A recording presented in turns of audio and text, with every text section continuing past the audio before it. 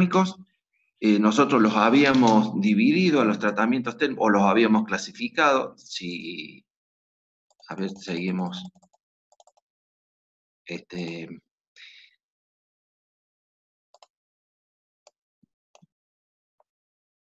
¿Se acuerdan que nosotros a los tratamientos térmicos, un poco para hacer memoria de lo que habíamos visto la semana, o cuando nos vimos la última vez? Ese era más o menos lo que ustedes tenían de la clasificación de los tratamientos térmicos. Sí, los anisotérmicos, que ya los vimos en la última clase. Los isotérmicos, esos son los que vamos a ver hoy. Los tratamientos térmicos que habíamos visto la semana pasada eran aquellos tratamientos térmicos en los que la transformación de la austenita en otros constituyentes se hacía a temperaturas variables. ¿Sí? No sé si se acuerdan de eso. Ahora lo que vamos a ver es que cuando la austenita se transforma a temperatura constante en otro constituyente. Escucho. Sí. ¿Alguien quería decir algo? Bien. Entonces, dentro de los tratamientos térmicos que se utilizan en la industria están los llamados tratamientos isotérmicos. Entonces, yo estaba viendo el apunte que ustedes tienen y yo veía que hablan del recocido isotérmico y hablan del martempering, ¿no? Y del austempering también hablan, pero nadie les explicó el tema de la curva de la curva de la S, que es la herramienta para estudiar esos tratamientos térmicos. Entonces, eso es, o sea, es como querer aprender a caminar o querer aprender a andar en bicicleta, pero no tener la bicicleta, es una cosa muy para el estilo. Entonces, si ustedes no conocen, por ejemplo, cómo se forma esta curva que ustedes ven acá, que es una curva doble, difícilmente vayan a poder entender lo que es el martempering. Entonces, después repiten el tema como loros. Entonces, bueno, yo les voy a hacer, esto no hay mucho tiempo, chicos, por la cantidad de temas que ustedes tienen, pero yo les voy a tratar de hacer un resumen de cómo se obtuvo esta curva, como para que ustedes tengan una idea, al menos somera, de a qué nos referimos cuando vamos a hacer un recocido isotérmico o cuando vamos a hacer un martempering. ¿Estamos?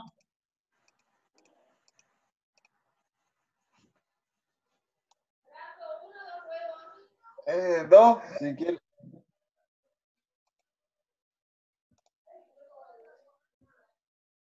Bien, ¿están ahí? Sí, profe. Bueno, Profe. entonces, acá el tema se da de la siguiente manera. Se vio que, por ejemplo, la austenita, si vieron que la austenita por encima de los 720 grados, la austenita de los aceros, por encima de los 720 grados, la austenita es estable, ¿sí? Solo que cuando baja esa temperatura, es decir, por debajo de esa temperatura, la austenita se vuelve inestable y quiere transformar. ¿Se acuerdan en qué se transformaba la austenita? ¿Se acuerdan someramente así? ¿Alguno que se acuerde? Garrita. ¿En qué? A los 720, ¿en qué se transformaba la austenita?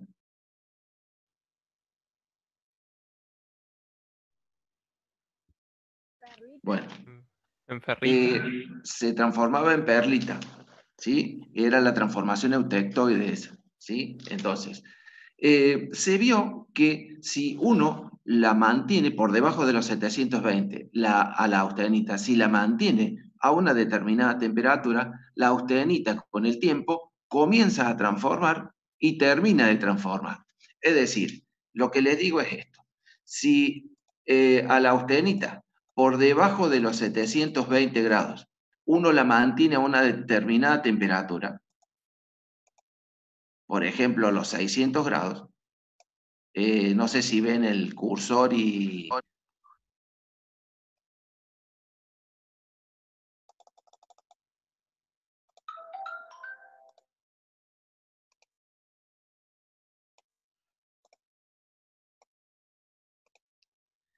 ¿Lo ven a eso? Sí, profe, se ve. Perfecto. Entonces, lo que les digo es lo siguiente, ya vamos a darle un poco más de forma al tema.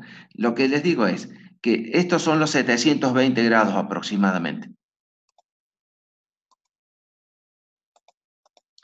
Estos son los 720 grados aproximadamente. Es decir que por debajo de esta temperatura, la austenita es inestable. Es decir que pretende transformar. ¿Sí? Entonces, lo que descubrieron, no solamente entre Davenport y Vine, es que si uno la mantiene a temperatura constante a la austenita un determinado tiempo, la austenita transforma. ¿Y en qué transforma? Bueno, es según a la temperatura a la que nosotros la mantengamos constante.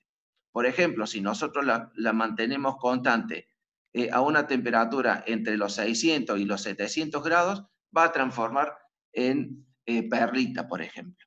O en ferrita y en perlita, o en austenita y, en cementita y en perlita, ¿no? Pero si la temperatura, por ejemplo, es más baja, por ejemplo, alrededor de entre los 400 y los 500 grados, y la austenita va a transformar en otro constituyente, por ejemplo, que se llama vainita. Vainita es en honor a Vine, ¿no? Este es uno de los descubridores de este tipo de estructura. Pero si la temperatura es más baja todavía, la austenita, ¿qué pasaba cuando la austenita yo la enfrío violentamente? Se forma martencita. Perfecto, se forma martencita, es decir, se templa. Entonces, desde los 300 grados aproximadamente para abajo, si yo enfriaba, yo la dejo a la austenita un determinado tiempo, la tipa también transforma, pero en este caso va a transformar a martencita. Entonces, básicamente lo que le queda dividida a esta curva, que ya les cuento de qué se trata, queda dividida en tres zonas. La zona superior, la zona media y debajo de la nariz de la curva, y la zona baja. La zona superior es donde básicamente todas las estructuras que devienen de la austenita son todas estructuras blandas. La zona media son todas estructuras entre duras y blandas, por ejemplo. Está la vainita, la trostita, la sorbita y demás, y la zona baja es la zona de formación de la martencita, o sea que son todas estructuras del tipo duras. Entonces, ahora les cuento más o menos, básicamente, cómo se obtuvo cada uno de estos puntos de la curva. Me pueden seguir a lo que digo, ¿no? Y me frenan si los dejo atrás. La idea mía es que entiendan de dónde sale cada punto de esta curva, porque si no, es como les dije, repiten como loros, y cuando alguien los quiere bochar, no hay mejor cosa que alguien repita como loro. Entonces, la idea es mostrarle cómo se forma cada uno de estos puntos. Ahora voy a recurrir a la imaginación de ustedes. Imagínense un horno, ¿sí? Un horno que puede llegar a 750 grados, por ejemplo. Vamos a tomar un acero, como por ejemplo el acero, el SAE 1090. ¿Qué tiene de característico el SAE 1090, chicos? 0,90 de carbono tiene. ¿Cuánto tiene? 0,90. Bien, ¿y cómo se llama ese acero? Acero de carbono. Hipereutectoide. Acero eutectoide, exactamente. Porque es muy simple, el acero eutectoide, si usted lo osteniza, cuando baja la temperatura tiene una sola transformación. Si usted la disminuye a la temperatura de manera lenta, la austenita toda se transforma ¿en qué? Perlita. En perlita. En perlita. Bueno, entonces los tipos tomaron ese acero, un SAE 1090, y fabricaron muchas probetitas, ¿sí? Imagínense ustedes probetas como una lapicera, imagínense fierritos como lapiceras, y los metieron a todos dentro del horno, ¿sí? A 750, 760 grados. Entonces, los austenizaron. ¿Estamos? Fíjense que de este lado de la curva, chicos, del lado derecho, están los grados centígrados. ¿Estamos? De este lado están los grados centígrados. De este no le den bolilla porque están los grados Fahrenheit, no nos interesan eso. Fíjense que de este lado están los grados centígrados.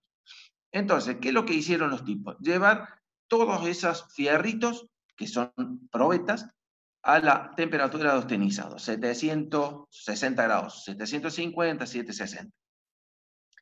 Y al lado del horno, ¿sí?, bien a mano, un crisol con sal fundida o con plomo fundido. ¿Estamos?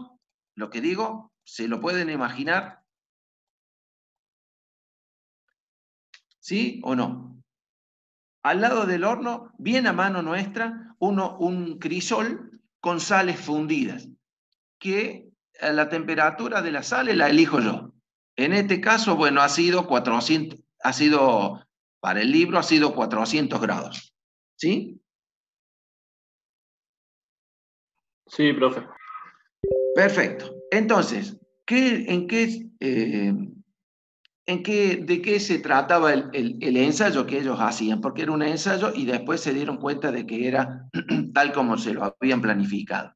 Entonces, como habían austenizado todas las probetitas, las sacaron a todas juntas y todas fueron a parar al baño de sales o al baño de plomo que tenían ahí al lado del horno. Es decir, que de temperatura de austenización fueron a parar a una temperatura de 400 grados, que era la temperatura del baño fundido. ¿Está claro eso? Sí, profe. Perfecto. Entonces, de ahí, del baño de sales, a intervalos regulares de tiempo, ¿sí?, supónganse cada un minuto, sacaban una probetita y la enfriaban al agua. Sacaban una probetita y lo enfriaban al agua. ¿Estamos? Entonces, llegaron a ver que transcurrido un determinado tiempo, ¿qué pasa si desde la austenita yo enfrío al agua? Ya lo dijeron recién. Vamos. Se va transformando en perlita. No. Si de la austenita yo enfrío al agua. Si yo la enfrío violentamente a la austenita, ¿qué pasa? Martencita. Martencita. Entonces, lo que empezaron a ver ellos que todas estas primeras probetas que iban enfriadas al agua, daban todas martencita. ¿Sí? Todas daban martencita. Pero esta otra, la cuarta, digo, podría haber sido la quinta, según el acero. En este caso, acá como lo ha dibujado el libro, en la cuarta, se vio que a la martencita la estaba acompañando un poquito de perlita. Es decir que en este punto que ustedes están viendo ahí, chicos, donde está el cursor, ellos interpretaron de que ya había comenzado a esa temperatura la transformación de austenita en perlita. ¿Sí? ¿Me siguen hasta ahí? No es complejo, pero tampoco es tan digerible de una. Pero necesito que me diga si se entiende o no. Sí, profe, sí. Bueno, perfecto. Entonces, siguieron sacando probetitas del baño fundido y enfriándolas en agua. Y vieron que el porcentaje de perlita que se iba formando a medida que el tiempo transcurría, digamos, el tiempo de las probetas dentro del baño fundido transcurría, ¿no es cierto? Vieron que seguía formándose perlita a partir de la austenita, hasta que llegaba un punto en donde no aparecía más martencita en las probetitas que se enfriaban al agua. Entonces, ¿qué dijeron ellos? Che, a una determinada temperatura, la austenita comienza a transformar y después termina de transformar en un determinado tiempo, ¿sí?, que ellos lo pudieron calcular. O sea, no solamente que lo calcularon, sino que básicamente ellos tenían perfectamente identificadas cada una de las probetas y al tiempo que la habían sacado. ¿Sí? Entonces, esta temperatura fue elegida al azar. Pero cada uno de estos puntos de la curva fueron calculados o ensayados con algo como lo que yo les acabo de explicar.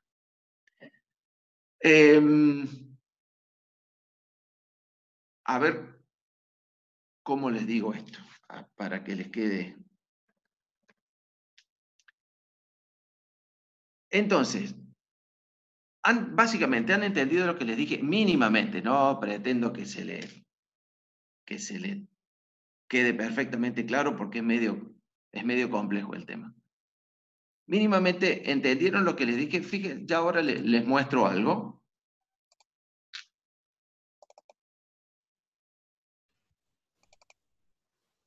Sí, profe, ¿se entendió? Bien. Denme un segundito y les muestro algo.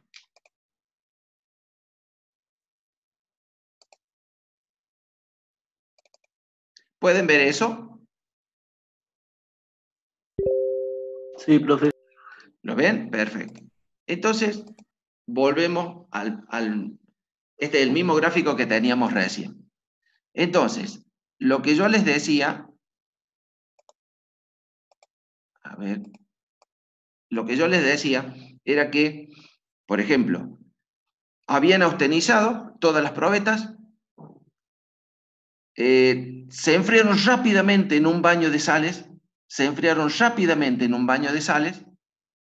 y desde el baño de sales comenzaban a sacar probetas a tiempos regulares y a enfriarlas en agua. Denme un segundo porque hay alguien en el chat.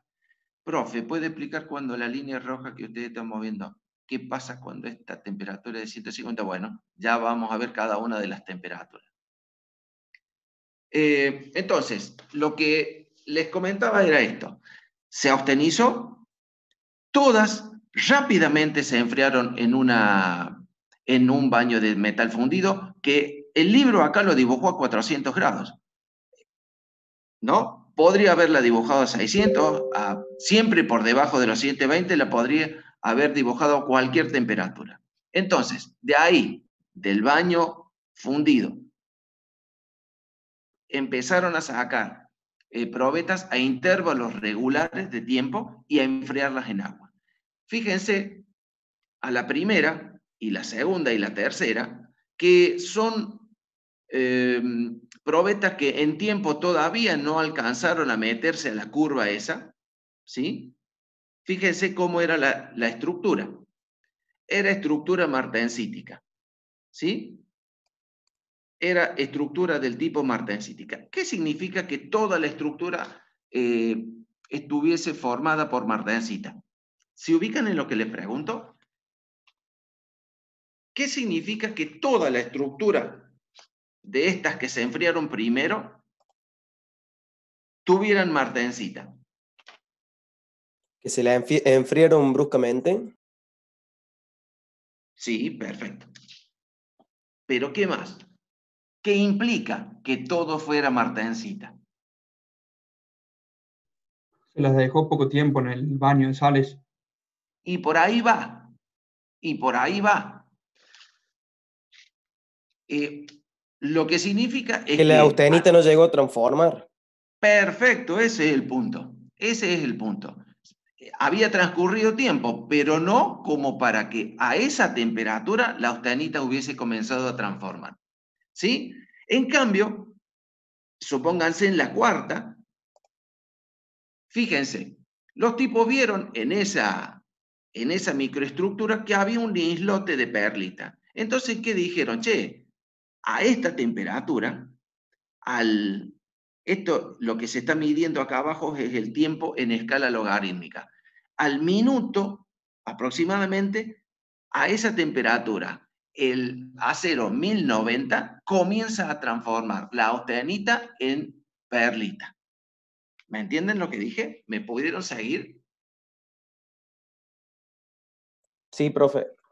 ¿Puede repetirlo, profe? Bien. Cuando ellos vieron una de las probetas que le daba esto, es decir, martensita, todo martensita, excepto este islotito de perlita, significaba eso que a la temperatura del baño de sales, la austenita a ese tiempo ya había empezado a transformar. Entonces, básicamente lo que hacían los tipos es decir, che, bueno, si a ese tiempo empezó a transformar, a este tiempo nosotros sabemos que ese acero, a esta temperatura, comienza la transformación de austenita en otro constituyente. ¿Estamos? Y así fueron sacando y observando cada una de las microestructuras que les daban los distintos enfriamientos, y fíjense cómo crece el porcentaje de perlita que se va formando. Y por ende, decrece la cantidad de martensita que se va formando por el hecho de que si la austenita ya se transformó en perlita, solamente se va a transformar en martensita el resto de la austenita que queda sin transformar. Y llegó un punto en donde prácticamente toda la austenita ha transformado en perlita. Y ese punto es este. Se los marco para que ustedes tengan idea. El punto es ese. Entonces, ¿cómo se lee esto? Que el acero 1090, por ejemplo, a 400 grados, transforma en perlita, comienza la transformación a los 10 segundos, aproximadamente, y termina y más o menos como a los 100 segundos, según lo que veo yo, que veo poco.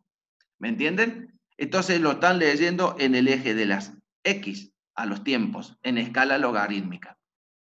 Ahora bien, esta temperatura, entonces, ¿qué decimos, chicos? Que la austenita se transformó isotérmicamente en perlita a los 400 grados. ¿Me siguieron con eso, no?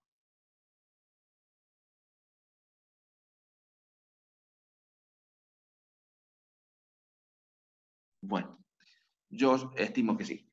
Entonces, este baño, esta temperatura de baño, podría haber estado a 300, puede estar a 500, 600, 700, siempre por debajo de la temperatura de 720. Entonces, ¿qué se logró con esto, chicos? Cada uno de los puntos de la curva esto se denomina curva S, porque tienen la forma de una S, y esta curva que está más tirada hacia la izquierda, es la curva de inicio de transformación de la austenita en otro constituyente, mientras que la curva de la derecha es la curva de final de transformación de la austenita en otro constituyente. Por debajo de los 720 grados, que es donde ustedes están viendo el cursor ahora, la austenita es inestable. Por lo tanto, la austenita que anda dando vueltas a la izquierda de la curva, siempre está por transformar, porque está a una temperatura de inestabilidad. Es decir, por debajo de los 720 grados, la austenita siempre va a tender a transformar. Cuando yo hablo de los tratamientos isotérmicos, la austenita transformará a una temperatura constante. ¿Me pudieron seguir mínimamente con eso? Sí, profe, perfecto. Bien. Entonces, lo que vamos a ver ahora son los distintos tratamientos térmicos en los cuales se aplica la curva de la S. No crean que esto es poco, porque en la industria se utiliza muchísimo esto. Nosotros en la planta tenemos un horno de recocido isotérmico. Un horno que si uno lo pone en línea, digamos, si lo pone todo a lo largo en una línea, ha de medir alrededor de 40, 50 metros. ¿Sí? Entonces, lo que necesitamos tener para tratar un acero isotérmicamente es la curva de la S. Cada uno de los aceros que existe en el mundo hoy tiene su curva de la S. ¿Sí? Por lo tanto, yo teniendo ese diagrama de la S, que por ejemplo están viendo ustedes acá, bueno, yo puedo trazar cualquiera de los tratamientos térmicos sobre el acero. En el caso del recocido, recuerden ustedes que un recocido siempre lo que persigue es el ablandamiento del acero. El recocido lo que persigue es el ablandamiento del acero. Entonces, ¿qué es lo que se hace con el acero cuando se pretende hacer este tratamiento? Primero se lo austeniza, es decir, se lo lleva por encima de la temperatura crítica superior, ¿sí? Y desde allí se lo enfría rápidamente hasta una temperatura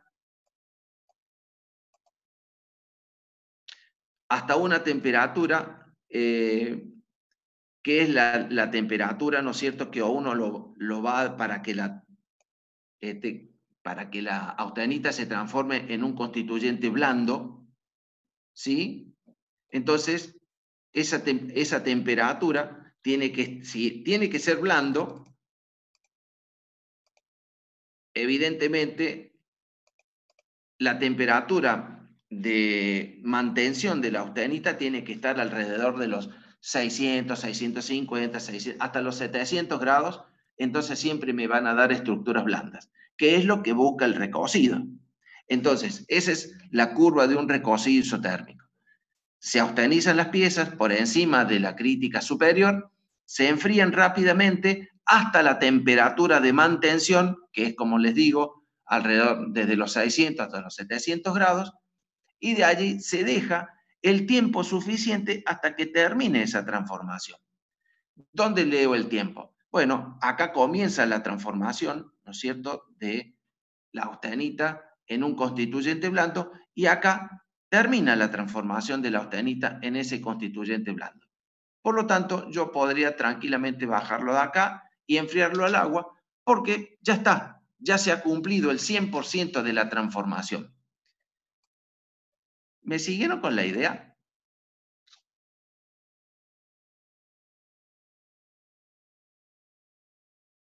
Ni están hoy, no han venido. Bueno. Esa es la curva del recocido isotérmico.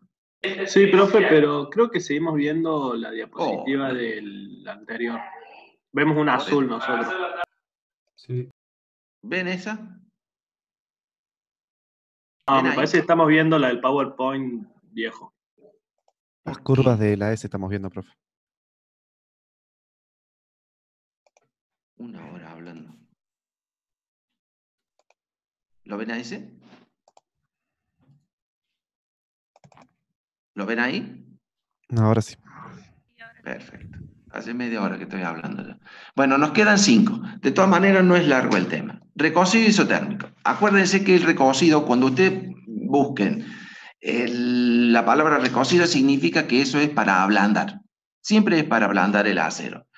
Entonces, básicamente, el recocido a lo que se dedica es a ablandarlo, y hay que austenizarlo a las piezas, hay que austenizarlas, es decir, llevarlas al estado austenítico, y de ahí, una vez mantenidas en el estado austenítico el tiempo necesario, enfriarlas rápidamente, ¿no? En el caso, por ejemplo, nuestro, en la fábrica, las enfriamos en una cámara de enfriamiento en donde las piezas son sopladas por un ventilador grande, les baja la temperatura y las establece, establece la temperatura de ese enfriador, las deja a una temperatura de 650 grados aproximadamente. Y ahí están dentro del horno hasta que finaliza la transformación de austenita en otro constituyente. En este caso, como la temperatura es tan alta, ¿no es cierto?, va a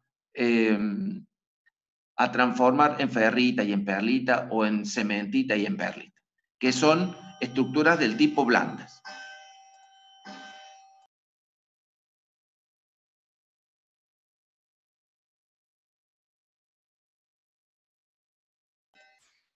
Bien.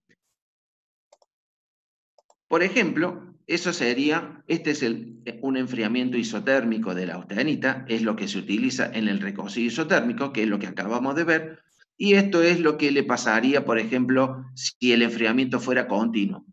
¿Sí? En un enfriamiento continuo, para obtener un recocido, que es lo que nosotros habíamos visto la semana pasada, un recocido común. También se lo puede estudiar con la curva de la S, y si nosotros tenemos una velocidad de enfriamiento bastante baja, lo que vamos a obtener también son estructuras blandas. Las velocidades de enfriamiento bajas son las velocidades de enfriamiento que las da un horno, por ejemplo, las piezas se enfrían dentro de un horno. ¿Me pudieron seguir mínimamente? Esto es lo que es digamos, lo teórico que se busca. El recocido, tanto en el tradicional como en el isotérmico, lo que se busca es medir la dureza y que las piezas queden lo suficientemente blandas para ser mecanizadas. ¿Sí? ¿Estamos? Sí, profe. Perfecto. En los aceros, por ejemplo, ferrita y perlita, bueno, van a ser en los aceros hipoeutectoides.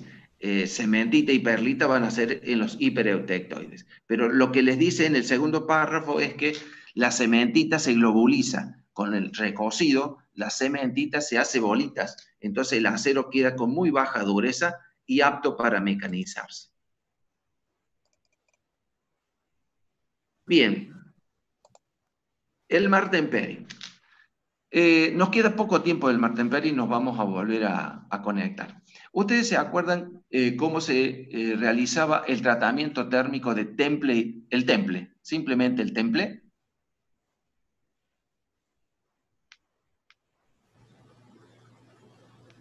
Vamos, chicos. Había que austenizar las piezas y enfriarlas rápidamente en agua o en aceite o en lo que fuera, pero enfriarlas rápidamente de manera de que la austenita se transformara en martencita. ¿Se acuerdan de eso, verdad? Sí, profe.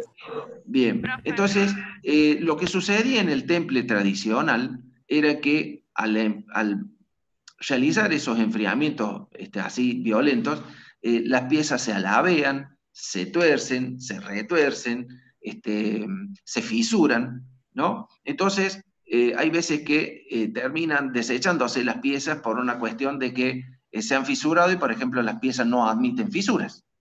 Entonces, el Martenperi, ¿no es cierto?, vino a solucionar el problema de la aparición de esos defectos en el proceso de temple. Ahora nos está quedando menos de un minuto, entonces, un poco para cerrar y después arrancar de vuelta con este proceso. En el Martenperi, lo que se evita es la aparición de defectos como, por ejemplo, fisuras, alabeos y demás en las piezas que son templadas. Vamos a cerrar ahí para volvernos a conectar.